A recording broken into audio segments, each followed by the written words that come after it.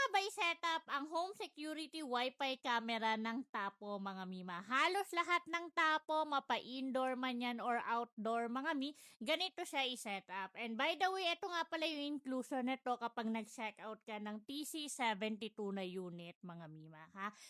So, para mailagay natin yung memory card, iangat mo lang yung pinaka-lens natin, mga Mi. May slot kang makikita dyan and then insert. And para naman sa apps natin, Mi, kunin mo lang yung manual and then scan mo tong QR natin.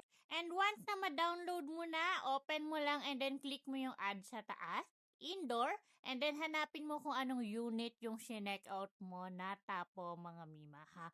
Once na mahanap mo na, click mo lang again mga Mima. So Mima, almost done na tayo dito mga Miha. Ang next niyan mga Mi, next lang kayo ng next niyan mga Mi.